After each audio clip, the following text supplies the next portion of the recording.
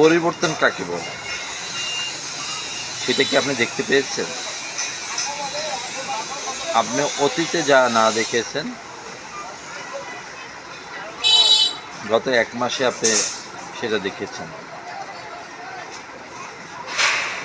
মানুষ কি না পারে। আমরা একটা নতুন অধ্যায় শুরু করেছি।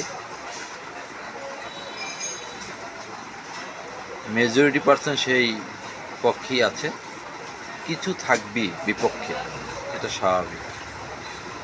আপনি পৃথিবীর সবচেয়ে ভালো কাজটাই করেন না কেন, সেখানেও বিতর্ক থাকবে।